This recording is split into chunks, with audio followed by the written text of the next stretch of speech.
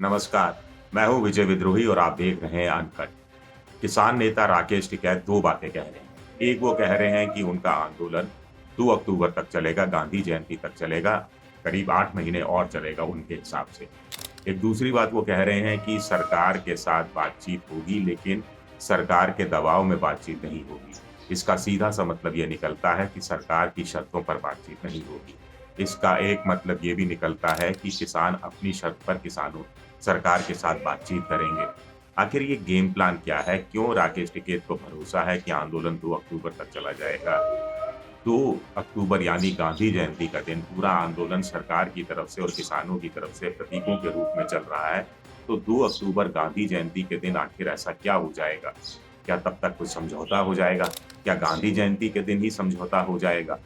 दूसरा एक बड़ा सवाल उठता है कि कहीं न कहीं सरकार भी शायद क्यों ऐसा चाहती है कि आंदोलन थोड़ा और लंबा खिंचे। इस सब के पीछे 18 महीने का पेच फँसा हुआ है। 18 महीने के लिए सरकार ने जो ठंडे बस्ते में डालने की बात कही है तीनों कानूनों को, उसमें सरकार भी अपनी कुछ संभावनाएँ देख रही है और किसान संगठन भी अपनी एक संभावना देख रहे हैं।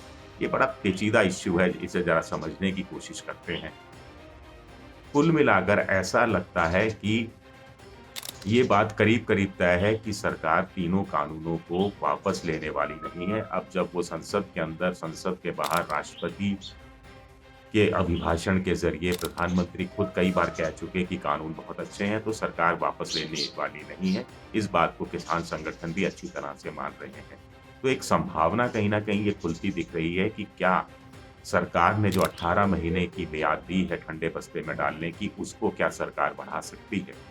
क्या उसके बढ़ाने से किसानों को कितना फ़ायदा होगा और सरकार को खुद कितना फ़ायदा होगा? चलिए इस बात का विश्लेषण करने की कोशिश करते हैं। कुल मिलाकर आज फरवरी है, फरवरी का महीना चल रहा है और फरवरी के महीने में मान लीजिए किसानों और सरकार के बीच में बातचीत हो जाती है, समझौता हो जाता है और 18 महीने के लिए ये कानून ठंडे बस्ते में चला जाता है, तो कुल मिलाकर ये अभी फरवरी 2021 है, फरवरी 2022 उसमें 6 महीने और जोड़ दीजिए, तो अक्टूबर 2022 तक ये मामला टल जाएगा। तब तक उत्तर प्रदेश के चुनाव हो चुके होंगे, कई और राज्यों के चुनाव हो चुके होंगे और बीजेपी अपना नफ़े-नुकसान हुआ को तोल चुकी होगी। एक चीज़ ये, लेकिन बीजेपी किसी आशंका को अभी से नकार देना शायद चाहती है और ऐसा लगता है कि अगर आंदोलन 2 अक्टूबर को समझौते का रूप लेता है और 2 अक्टूबर को समझौता होता है, तो किसानों को लगता है कि 18 महीने की जो अवधि है, तब वो चली जाएगी अप्रैल के आसपास 2023 तक। तब तक यूपी का चुनाव हो चुका होगा और तब महत्वपूर्ण 3 राज्य राजस्थान, मध्य प्रदेश और छत्तीसगढ़ का चुनाव ड्यू होगा कुछ ही महीनों बाद। ऐसे में सरकार कानूनों पर अमल करने का जो सियासी जोखिम है, वो नहीं उठा पाएगी। ये ऐसा किसानों को लगता है। 2 जगह यहाँ कांग्रेस की सरकार है, तीसरी जगह भी कांग्रेस की ही सरकार बनी थी जो बाद में बीजेपी ने ऑपरेशन लोटस के तहत गिरा दी थी।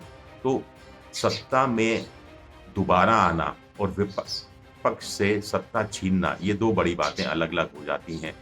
तो किसानों को लगता है कि ऐसी सूरत में फिर ये कानूनों पर अमल सरकार करने की जल्दबाजी या हड़बड़ी में नहीं रहेगी।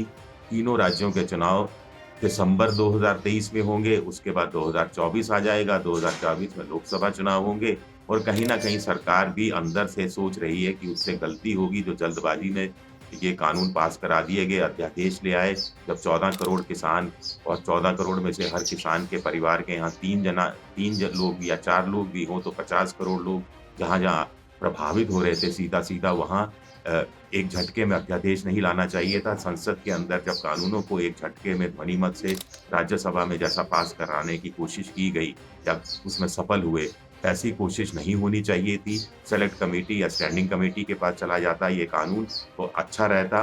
अब सरकार उस गलती को दोबारा दोहराना नहीं चाहती और सरकार भी मुझे लगता है कि थोड़ा-सा टाइम ले रही है और सरकार को लगता है कि जो टाइम मिलेगा, उसमें सरकार अपनी छवि को जो कुछ-कुछ बिगड़ी है, उसको दोबारा सुधार सकेगी।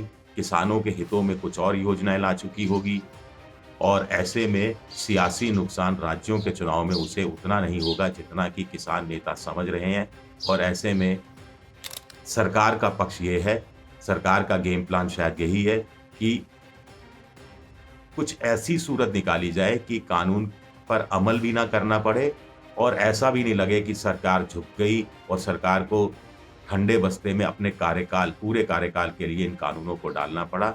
किसान संगठन का गेम प्लान ये है कि आंदोलन और लंबा खिसकाया जाए और उसके बाद फिर सरकार को समझौते की टेबल पर लाया जाए, ताकि 2024 का जो लोकसभा चुनाव है, जो अप्रैल-मई में होगा, उसके करीब तक इसकी मियाद को पहुँचाने की कोशिश की जाए, ताकि सब कुछ अगली सरकार पर हो जाए कि अगली सरकार यही चुनकर आती है, कोई विपक्ष की सरकार बनती है, यही सरकार दोबारा बनती है, लेकिन मिली-जुली सरकार बनती है।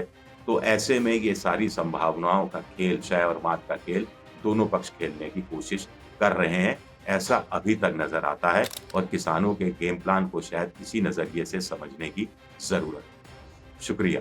अगर आपको अनकट पसंद आ रहा हो तो प्लीज़ इसे सब्सक्राइब ज़रूर कीजिएगा और अपने दोस्तों को भी शेयर कीजिए। शुक्रिया।